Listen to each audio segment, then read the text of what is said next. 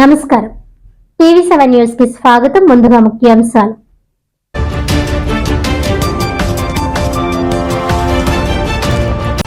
మాజీ ముఖ్యమంత్రి వైఎస్ జగన్ మీద టీడీపీ తప్పుడు ప్రచారాలు. సీఎం చంద్రబాబుకు ప్రజలే బుద్ధి చెబుతారన్న డాక్టర్ బిఆర్ అంబేద్కర్ కోనసీమ జిల్లా రామచంద్రాపురం వైఎస్ఆర్ పార్టీ ఇన్ఛార్జ్ పిల్లి సూర్యప్రకాష్.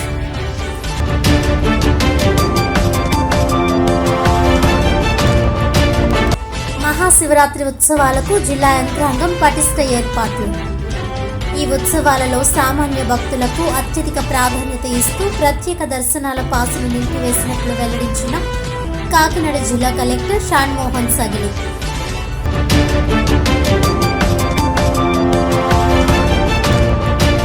పరిపూర్ణమైన భక్తి విశ్వాసంతో భగవంతుడిని కొలిస్తే మనిషి దైవానుగ్రహం పొందుతాడు. పీఠాపురం విశ్వవిజ్ఞాన విద్య ఆధ్యాత్మిక పీఠాధిపతి డాక్టర్ ఉమర్ అలీ షా.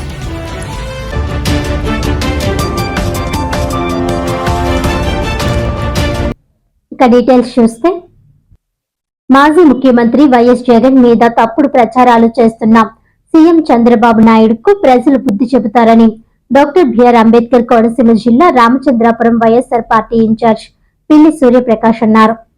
ఈ సందర్భంగా ఆయన మాట్లాడుతూ వైఎస్ జగన్ మీద తప్పుడు ప్రచారాలు చేస్తున్న చంద్రబాబు నాయుడుకు ప్రజలు బుద్ధి చెబుతారని, సిబిఐ కోర్టు తిరుపతి వెంకటేశ్వర స్వామి లడ్డూలో కల్తీ జరగలేదని, జంతువుల కొవ్వు, ఆవు నూనె, యానిమల్ వ్యర్థాలతో తీసిన నెయ్యితో లడ్డూల్లో కలిపేవారని ప్రసారం చేయడంతో సిబిఐ కోర్టు కల్తీ జరగలేదని తెలియజేసిన చంద్రబాబు నాయుడు వారి మంత్రివర్గం తప్పుడు సమావేశాలు ఏర్పాటు చేసి విష ప్రచారం చేస్తున్నారని అన్నారు. ఇప్పటికైనా తప్పుడు ప్రచారాలు మాని ఆంధ్రప్రదేశ్ ప్రభుత్వం అభివృద్ధికి పాటుపడాలని హితవు పలికారు. ఈ కార్యక్రమంలో పెమ్మిరెడ్డి మురళి, గాదంశెట్టి శ్రీధర్, పెంకే వీరబాబు, పెట్టా శ్రీనివాస్, గుబ్బల ఘన, బంగారు బాబు, గుమ్మల్ల రత్నం, పోలినాటి ప్రసాద్ మరియు ఎంపీటీసీలు, సర్పంచ్లు, కౌన్సిలర్లు, కార్యకర్తలు పాల్గొన్నారు. మీడియా వారికి, పత్రికా విలేకరులకు అందరికీ కూడా మా నమస్కారాలు తెలియజేసుకుంటూ, మరి ఈరోజు రాష్ట్రంలో జరుగుతున్నది మీకు అందరికీ కూడా తెలుసు. ఎందుకంటే మీ ద్వారానే ప్రజలకు తెలుస్తుంది. ఏదైనా సరే సంక్షేమ పాలన మరిచి ప్రజలకు ఏదైతే ప్రజలు ఈ ప్రభుత్వానికి మీరు మమ్మల్ని పాలించండి అని ఓట్లేసి గెలిపించారో అవన్నీ పక్కన పెట్టి కక్షపూర్విత రాజకీయాలుగా, అంటే ఒక అబద్ధాన్ని నిజంగా చెప్పేలాగా, అంటే అది జరగకపోయినా సరే అబద్ధాన్ని నిజంగా ప్రజల ముందు బలవంతంగా రుద్దే ప్రక్రియ కొనసాగుతుందనడంలో ఎటువంటి సందేహం లేదు. దానికి ఉదాహరణగా మీకు ఒకటి చెప్తున్నాను మిత్రులారా. తిరుమల లడ్డు ఈ ఇష్యూ ఏదైతే ఈ కూటమి ప్రభుత్వం అధికారంలోకి వచ్చి 4వ నెల నుంచి ఈ లడ్డు విషయం ప్రారంభమైంది. అంటే గతంలో జగన్మోహన్ రెడ్డి గారు వైఎస్ఆర్ కాంగ్రెస్ పార్టీ పరిపాలించిన 5 సంవత్సరాల్లో తమ్మిని బమ్మిని చేసి, ఏదైతే వైఎస్ఆర్ కాంగ్రెస్ పాలన సరిగ్గా జరగలేదని తమ్మిని బమ్మిని చేసి ప్రజలను నమ్మించి అధికారంలోకి వచ్చిన ఈ తెలుగుదేశం కూటమి పార్టీ ఏదైతే ఉందో ఆ పార్టీ అధికారంలోకి వచ్చిన తర్వాత శాశ్వతంగా, అంటే జగన్మోహన్ రెడ్డి గారిని కానీ వైఎస్ఆర్ కాంగ్రెస్ పార్టీని కానీ శాశ్వతంగా మళ్ళీ అధికారంలోకి రాకుండా ప్రజల్లో ఒక అబద్ధాన్ని నిజానుగా రుద్దాలనే బలమైన ప్రక్రియతో పనిచేస్తుంది తప్పితే ప్రజా సంక్షేమం గురించి, ప్రజల పాలన గురించి అయితే ఈ ప్రభుత్వం పనిచేయట్లేదని నిదర్శనం ఏంటి ఈరోజు తిరుమల లడ్డు. మనం అందరూ కూడా చాలా ఇబ్బందిగా ఉంది. యానిమల్ ఫ్యాట్ కలిసిందని, పందిగోవు కలిసిందని ఒక విమర్శల్లో లడ్డు మీద చేసి ఈ కూటమి ప్రభుత్వం ప్రజల్ని మభ్యపెట్టాలనే ఆలోచనతో చాలా పెద్ద ఎత్తున అది ప్రచారం చేసింది. 2 ల్యాబ్లు పరిశీలన చేసి దీంట్లో ఎటువంటి జంతు కొవ్వు కలలేదని చెప్పేసి ఇవ్వడం జరిగింది. జరిగిన తర్వాత లేనిది ఉన్నట్టు చెప్పాలి, ప్రజలను నమ్మించాలనే దృక్పథంతో చంద్రబాబు నాయుడు గారు వాళ్ళ కేడర్కి మరి పిలుపునిచ్చారా ఇంకోటి చేశారనేది మనకు తెలియదు, కానీ ఫ్లెక్స్లు వేయించి నగర నడిబొడ్లలో కట్టించడం జరిగింది. అది జరిగిన తర్వాత మాజీ సీఎం మా ప్రీతం నాయకుడు జగన్మోహన్ రెడ్డి గారు మరి పార్టీ కేడర్కు ఇది అంతా పచ్చి అబద్ధం జరిగింది కాబట్టి మన కేడర్ అంతా ఎక్కడ వెంకటేశ్వర గుడి ఉంటే అక్కడికి వెళ్ళి పూజలు చేయించాలని చెప్పేసి ఒక పిలుపునిచ్చారు. ఆ పిలుపు మేరకు మరి గుంటూరు అంబటి రాంబాబు గారు గుడికి వెళ్ళి వస్తూ ఆ ఫ్లెక్స్ని చూసి ఇదంతా పచ్చి అబద్ధం, ఈ ఫ్లెక్స్ తీసేయాలి, 24 గంటలు టైం ఇస్తున్నాం అంటే మీరు పెట్టింది మీరు తీసుకుంటేనే బాగుంటుంది, మేము తీస్తే బాగోదని చెప్పేసి ఉద్దేశంతో ఆనాడు ఎవరు ఆశ్రయించారు? వైవి సుబ్బారెడ్డి గారు సుప్రీంకోర్టు ఆశ్రయించి దీనిపై సమగ్ర దర్యాప్తు చేయండి, వాస్తవ పరిస్థితులు ఏమన్నా ఉంటే వెలుగు తీయండి, బాధ్యులైన చర్యలు తీసుకోండి అనేది ఆనాడు వైవి సుబ్బారెడ్డి గారు సుప్రీంకోర్టు ఆశ్రయించడం జరిగింది.